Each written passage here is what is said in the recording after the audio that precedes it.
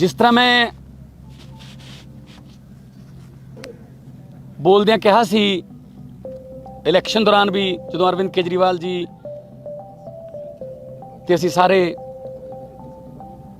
गारंटियां दे रहे सी, लोकां नाल वादे कर रहे सी कि साडी सरकार बनूगी तां असीं लोकां दे पैसे दा हिसाब लवांगे। अज ओहदा एक छोटा जिहा योगदान जिहड़ा है वो पैण लग्या खजाने च।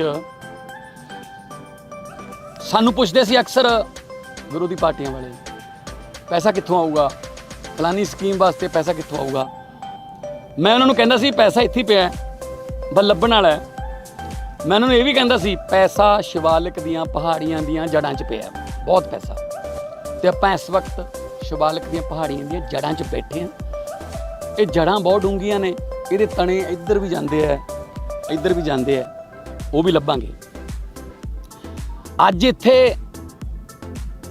पंचायत दी जमीन जिहड़ी अपने नां करवा ली गई, रसूखदार बंदियां ने,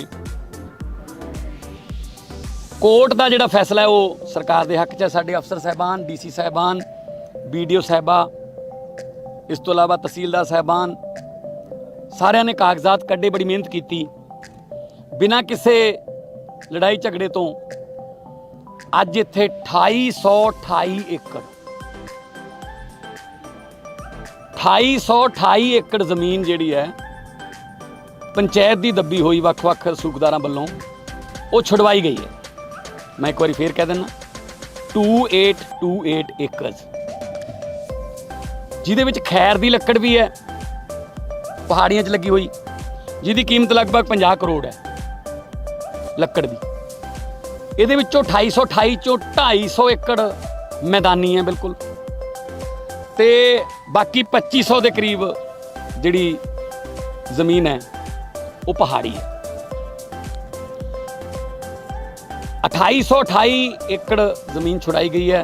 लगभग जे एवरेज पा लीए 10 लाख की भी एवरेज पा लीए तो लगभग 300 करोड़ तो ज़मीन की वैल्यू है, 50 करोड़ होगी खैर की लकड़ की वैल्यू। अज जिथे साडा वातावरण बिगड़ रहा है तो असी पहाड़ां नूं सुन्ने कर रहे हैं, रोडे कर रहे हैं। और सब तो बड़ी गल यह कि रज्जे पुजे बंदे ने, कोई ये आबादकार नहीं हैगा, कोई गरीब नहीं हैगा कि जिन्हें अपनी गुजारे लिए कोई ज़मीन थोड़ी बहुत ठीक कर ली होवे। इत्थे एक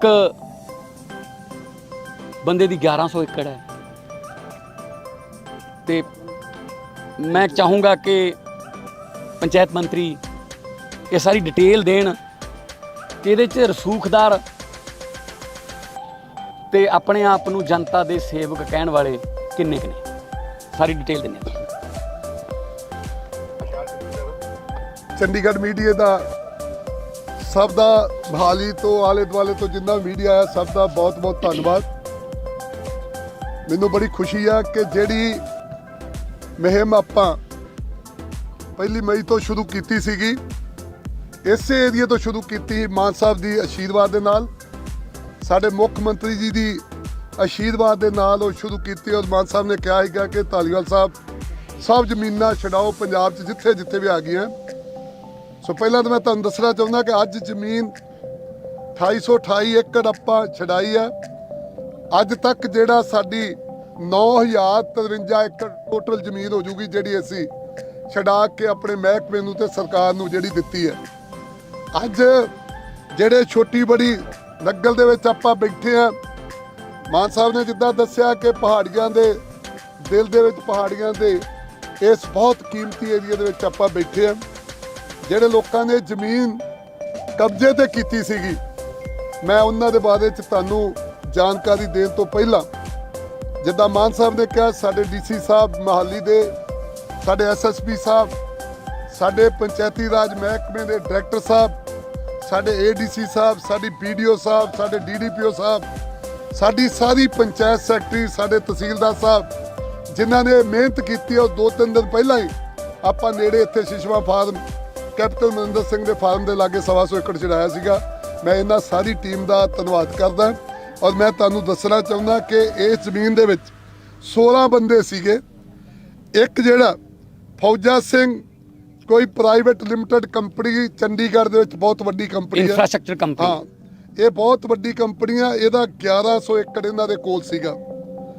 ਇਮਾਨ ਸਿੰਘ ਪੁੱਤਰ ਸਿਮਰਜੀਤ ਸਿੰਘ ਮਾਨ, ਸਿਮਰਜੀਤ ਸਿੰਘ ਮਾਨ ਜਿਹੜੇ ਸਾਡੇ ਲੋਕ ਸਭਾ ਦੇ ਮੈਂਬਰ ਨੇ ਸੰਗਰੂਰ ਤੋਂ, ਜਿਹੜੇ ਮਤਲਬ ਬੜਾ ਪ੍ਰਚਾਰ ਕਰਦੇ ਆ ਸਿੱਖੀਜ਼ਮ ਦਾ ਵੱਖਰਾ, ਔਰ ਅੱਜ ਉਹਨਾਂ ਦੇ ਬੇਟੇ ਦੇ ਨਾਂ 125 ਏਕੜ ਜਿਹੜੀ ਜ਼ਮੀਨ ਉਹ ਨਿਕਲੀ ਹੈ।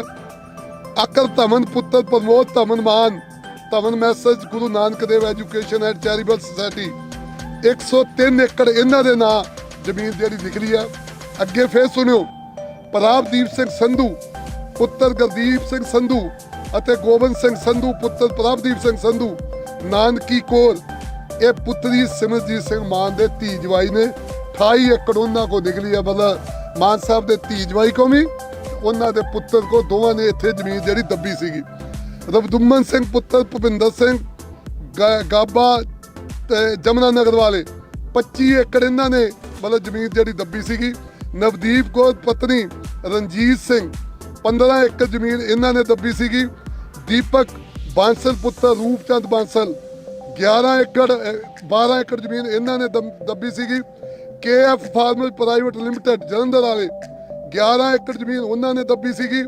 ਤੇਜਵੀਰ ਸਿੰਘ ਢਿੱਲੋਂ ਪੁੱਤਰ ਜਿੰਦਰ ਸਿੰਘ, 10 ਏਕੜ ਜ਼ਮੀਨ ਉਹਨਾਂ ਨੇ ਦੱਬੀ ਸੀਗੀ। ਇੰਦਰਜੀਤ ਸਿੰਘ ਢਿੱਲੋਂ ਪੁੱਤਰ ਬਲਦੇਵ ਸਿੰਘ ਢਿੱਲੋਂ, 8 ਏਕੜ ਜ਼ਮੀਨ ਉਹਨਾਂ ਨੇ ਦੱਬੀ ਸੀਗੀ। ਦੀਪਿੰਦਰ ਪਾਲ ਚਾਲ ਪੁੱਤਰ ਬਲਦੇਵ ਸਿੰਘ, 8 ਏਕੜ ਜ਼ਮੀਨ ਉਹਨਾਂ ਨੇ ਦੱਬੀ ਸੀਗੀ। ਸੰਦੀਪ ਬਾਂਸਲ ਪੁੱਤਰ ਰੂਪਚੰਦ ਬਾਂਸਲ, 6 ਏਕੜ ਜ਼ਮੀਨ ਉਹਨਾਂ ਨੇ ਦੱਬੀ ਸੀਗੀ। ਔਰ ਹਰਮਨਦੀਪ ਸਿੰਘ ਧਾਲੀਵਾਲ ਸਾਬਕਾ ਮੰਤਰੀ ਗੁਰਪ੍ਰੀਤ ਕਾਂਗੜ ਜੀ ਦੇ ਬੇਟੇ ਆ, ਜਿਹੜੇ ਕੈਪਟਨ ਮਨਿੰਦਰ ਸਿੰਘ ਜੀ ਸੱਜੀ ਬਾਂਹ ਸੀਗੇ, 5 ਏਕੜ ਉਹਨਾਂ ਦੀ ਹੈ। ਔਰ ਮਨਜੀਤ ਸਿੰਘ ਧਨੋਵਾ, 5 ਏਕੜ ਉਹਨਾਂ ਦੀ ਹੈ। ਔਰ ਮਾਨ ਸਾਹਿਬ ਰੀਟਾ ਸ਼ਰਮਾ, 4 ਏਕੜ ਇਹਨਾਂ ਦੀ ਹੈ, ਜਿਹੜੀ PTC ਦੇ ਨਾਲ ਜਿਨ੍ਹਾਂ ਦੇ ਸੰਬੰਧ ਹੈ, PTC ਦੇ ਨਾਲ ਜਿਨ੍ਹਾਂ ਦਾ ਮਤਲਬ ਤਲਕ ਵਾਸਤਾ, ਉਹਨਾਂ ਨੇ 4 ਏਕੜ ਜ਼ਮੀਨ ਦੱਬੀ ਸੀਗੀ। 2828 ਏਕੜ ਜ਼ਮੀਨ ਦਾ ਅੱਜ ਸਾਡੀ ਟੀਮ ਨੇ ਸਵੇਰ ਤੋਂ ਲੈ ਕੇ ਹੁਣ ਤੱਕ ਜਿਹੜਾ ਉਹ ਕਬਜ਼ਾ ਲਿਆ।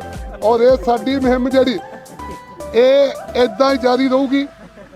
ਮਾਨ ਸਾਹਿਬ ਦੀ ਆਸ਼ੀਰਵਾਦ ਆ, ਇਦਾਂ ਹੀ ਕੰਮ ਚੱਲਦਾ ਰਹੂ। ਔਰ ਮੈਂ ਤੁਹਾਨੂੰ ਦੱਸਣਾ ਚਾਹੁੰਦਾ ਕਿ ਸਾਡੇ ਮੁੱਖ ਮੰਤਰੀ ਸਾਹਿਬ ਨੇ ਕਦੀ ਵੀ ਨਾ ਸਾਡੇ ਮਹਿਕਮੇ ਦੇ ਕੇ ਅਫਸਰ ਨੂੰ, ਨਾ ਮੈਨੂੰ ਕਦੀ ਕਾਲ ਕਰਕੇ ਨਹੀਂ ਕਿਹਾ ਕਿ ਧਾਲੀਆ ਸਾਹਿਬ ਇੱਥੇ ਨਾ ਜਾਇਓ, ਇੱਥੇ ਨਾ ਜਾਇਓ।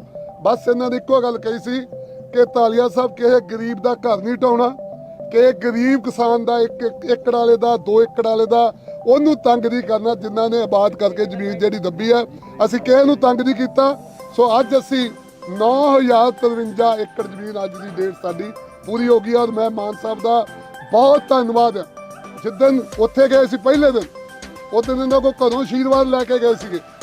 ਅੱਜ ਇੱਥੇ ਇਹਨਾਂ ਨੂੰ ਨਾਲ ਲੈ ਕੇ ਆਇਆ। ਮੈਂ ਕਿਹਾ ਮਾਨ ਸਾਹਿਬ ਆਓ, ਵੇਖੋ ਤੁਹਾਡੀ ਟੀਮ ਨੇ, ਤੁਹਾਡੇ ਅਫਸਰਾਂ ਨੇ ਇੱਕ ਵੱਡੀ ਪ੍ਰਾਪਤੀ ਕੀਤੀ, ਤੁਸੀਂ ਖੁਦ ਉੱਥੇ ਚੱਲ ਕੇ ਆਓ। ਸੋ ਇਹਨਾਂ ਨੇ ਸਾਡੀ ਬੇਨਤੀ ਮੰਨ ਕੇ ਆਪ ਅੱਜ ਇੱਥੇ ਆਏ ਆ। ਔਰ ਇਹਨਾਂ ਦੇ ਆਉਣ ਨਾਲ ਇਹ ਮੁਹਿੰਮ ਜਿਹੜੀ ਹੋਰ ਤੇਜ਼ ਹੋਊਗੀ। ਮੈਂ ਤੁਹਾਡਾ ਬਹੁਤ ਬਹੁਤ ਧੰਨਵਾਦ ਕਰਦਾ। ਮਾਨ ਸਾਹਿਬ ਅਜੇ ਹੋਰ ਤੁਹਾਡੇ ਨਾਲ ਗੱਲ ਕਰ ਲਈ। ਫੌਜਾ ਸਿੰਘ ਜਿਹੜੇ ਨੇ ਉਹਨਾਂ ਦਾ ਨਾਮ ਕਿਸੇ ਪੋਲੀਟੀਕਲ ਬੰਦੇ ਦੇ ਨਾਲ ਜੁੜਦਾ, ਇਹ ਤਾਂ ਇਨਕੁਆਇਰੀ ਦਾ ਵਿਸ਼ਾ ਹੈ। ਇਨਕੁਆਇਰੀ ਇਨਕੁਆਇਰੀ ਕਰਾਂਗੇ। ਜ਼ਮੀਨਾਂ ਦਾ ਕੀ ਕਰੋਗੇ ਤੁਸੀਂ ਜਿਹੜੇ ਇਹ ਅਸੀਂ 2-2 ਕਿੱਲੇ 3-3 ਕਿੱਲੇ ਵੀ ਸਾਡੀ ਰੋਜੀ ਰੋਟੀ ਇਹੀ ਹੈ ਵੀ ਜਿਹੜੀ ਸਾਤੋਂ ਛੁਡਾਈ ਜਾ ਰਹੀ ਹੈ। ਆਬਾਦਕਾਰ ਜਿਹੜੇ ਨੇ ਨਾ, ਜਿਨ੍ਹਾਂ ਨੇ ਆਬਾਦ ਕੀਤੀ ਹੈ, ਉਹਨਾਂ ਨੂੰ ਅਸੀਂ ਕੁਝ ਨਹੀਂ ਕਹਿ ਰਹੇ, ਬਲਕਿ ਉਹਨਾਂ ਨੂੰ ਅਸੀਂ ਇਹ ਕਹਿ ਰਹੇ ਹਾਂ ਕਿ ਤੁਸੀਂ ਆਪਦੇ ਨਾਮ ਕਰਵਾ ਲਓ ਮਲਕੀਅਤ, ਥੋੜ੍ਹੇ ਬਹੁਤ ਪੈਸੇ ਦੇ ਕੇ। ਤੁਸੀਂ ਕਿਉਂ ਤੁਹਾਡੀਆਂ ਗਰਦੌਰੀਆਂ ਜਾਂ ਇੰਤਕਾਲ ਤੁਹਾਡੇ ਨਾਮ ਨਹੀਂ ਹੈਗੇ? ਉਹਨਾਂ ਨੂੰ ਅਸੀਂ ਪੰਜਾਬ ਦੇ ਵਿੱਚ ਆਫਰ ਵੀ ਦਿੱਤੀ ਹੋਈ ਹੈ, ਉਹਨਾਂ ਕੋਲ ਹੀ ਆ ਉਹ। ਨਾ ਹੀ ਕਿਸੇ ਗਰੀਬ ਦਾ ਘਰ, ਨਾ ਹੀ ਕਿਸੇ ਛੋਟੇ ਕਿਸਾਨ ਨੂੰ ਅਸੀਂ ਤੰਗ ਕਰ ਰਹੇ ਹਾਂ। ਹੁਣ ਜਿਨ੍ਹਾਂ ਕੋਲ 1100 ਏਕੜ ਹੈ, 125 ਏਕੜ ਹੈ, ਤੇ ਨਾਲ ਉਹਨਾਂ ਦੇ ਬਾਪੂਆਂ ਦੇ ਜਦੋਂ ਨਾਮ ਲੈਂਦੇ ਹਾਂ ਤਾਂ ਉਹ ਬਹੁਤ ਵੱਡੇ ਵੱਡੇ ਨਾਮ ਨੇ, ਉਹਨਾਂ ਨੂੰ ਤਾਂ ਬਖਸ਼ਿਆ ਨਹੀਂ ਜਾ ਸਕਦਾ। ਸੋ ਮੈਂ ਹੁਣ ਤੁਹਾਨੂੰ ਇਹ ਕਹਿਣਾ ਚਾਹੁੰਦਾ ਕਿ 9053 ਏਕੜ ਹੁਣ ਤੱਕ ਹੋ ਚੁੱਕੀ ਹੈ, ਜਿਹੜੀ ਕਿ ਇੱਧਰ ਉੱਧਰ ਹੈਗੀ ਸੀ, ਕਿ ਉਹ ਸਰਕਾਰ ਦੇ ਖਾਤੇ 'ਚ ਆ ਗਈ। ਔਰ ਬਹੁਤ ਸਾਰੀ ਜ਼ਮੀਨ ਜਿਹੜੀ ਹੈ ਪੰਜਾਬ ਦੇ ਵਿੱਚ ਖੇਤੀਯੋਗ ਹੈ। ਇਹ ਲੱਕੜ ਦਾ ਜਿਹੜਾ, ਇਹਨੂੰ ਅਸੀਂ ਕੀ ਕਰਨਾ, ਇਸ ਲੱਕੜ ਦਾ ਪੰਚਾਇਤ ਦੇ ਹਵਾਲੇ ਹੋ ਜੂਗੀ ਇਹ ਜ਼ਮੀਨ। ਹੁਣ ਪੰਚਾਇਤ ਹੋਰ ਲੱਕੜ ਲਾਉਣਾ ਚਾਹੁੰਦੀ ਹੈ, ਜਾਂ ਪੰਚਾਇਤ ਇਸ ਲੱਕੜ ਨੂੰ ਪਰਮਿਸ਼ਨ ਲੈ ਕੇ ਵੇਚ ਕੇ ਹੋਰ ਦੁਬਾਰਾ ਕੋਈ ਜਿਹੜੇ ਬੂਟੇ ਨੇ ਜਾਂ ਫਲਦਾਰ ਦਰਖਤ ਲਾਉਣੇ ਚਾਹੁੰਦੇ ਨੇ, ਉਹ ਅਸੀਂ ਪਾਲਿਸੀ ਬਣਾਵਾਂਗੇ ਕਿ ਇਹਨਾਂ ਜ਼ਮੀਨਾਂ ਦਾ ਜਿਹੜਾ ਉਹਦੇ 'ਚ ਕਿੰਨੇ 'ਚ ਦਰਖਤ ਲਾਉਣੇ ਨੇ, ਅਸੀਂ ਫੋਰੈਸਟ ਏਰੀਆ ਵਧਾਉਣਾ ਚਾਹੁੰਦੇ ਹਾਂ, ਕਿੰਨਿਆਂ ਦੇ ਵਿੱਚ ਅਸੀਂ ਕਿ ਕੋਈ ਹੋਰ ਕਿਸਮ ਦੀ ਖੇਤੀ ਜਿਹੜੀ ਹੈ ਨਮੂਨੇ ਦੇ ਤੌਰ ਤੇ, ਸੈਂਪਲ ਦੇ ਤੌਰ ਤੇ ਅਸੀਂ ਕਰਕੇ ਦਿਖਾਈਏ ਤਾਂ ਕਿ ਪੰਜਾਬ ਜਿਹੜਾ ਝੋਨੇ ਦੀ ਤੇ ਕਣਕ ਦੀ ਜਿਹੜਾ ਗੇੜ ਚੋਂ ਬਾਹਰ ਨਿਕਲ ਸਕੇ। ਮਾਨ ਸਾਹਿਬ ਜਿਹੜੇ ਲੋਕਾਂ ਦੇ ਵੱਡੇ ਤੁਸੀਂ ਕਹਿ ਰਹੇ ਹੋ ਕਿ 1100 ਏਕੜ 125 ਏਕੜ ਉਹ ਲੋਕਾਂ ਦੇ ਨਾਲ ਕੁਝ ਅਫਸਰ ਵੀ ਸ਼ਾਮਲ ਰਹੇ ਹੋਣਗੇ ਜਦੋਂ ਇਹ ਜ਼ਮੀਨਾਂ ਦੱਬੀਆਂ ਗਈਆਂ ਨੇ, ਉਹਨਾਂ ਤੇ ਵੀ ਕਾਰਵਾਈ ਹੋਊਗੀ? ਸਭ ਕੁਝ ਹੋਊਗਾ ਜੀ। ਮੈਂ ਤੁਹਾਨੂੰ ਦੱਸਿਆ ਕਿ ਸਾਨੂੰ ਹਜੇ ਜੜ੍ਹਾਂ 'ਚ ਜਾ ਲੈਣ ਦਿਓ। ਤਣੇ ਜਿਹੜੇ ਨੇ ਉਹ ਬਹੁਤ ਡੂੰਘੇ ਨੇ, ਤਣੇ ਇੱਧਰ ਉੱਧਰ ਜਾਣਗੇ। ਸੋ ਤੁਸੀਂ ਵੀ, ਮੈਂ ਸਾਰੇ ਮੀਡੀਆ ਨੂੰ ਕਹਿਣਾ, ਇੱਧਰਲੇ ਇਲਾਕੇ 'ਚ ਆਉਣ ਦੀ ਆਦਤ ਪਾ ਲਓ, ਤੁਹਾਨੂੰ ਬਾਰ-ਬਾਰ ਇੱਥੇ ਆਉਣਾ ਪਿਆ।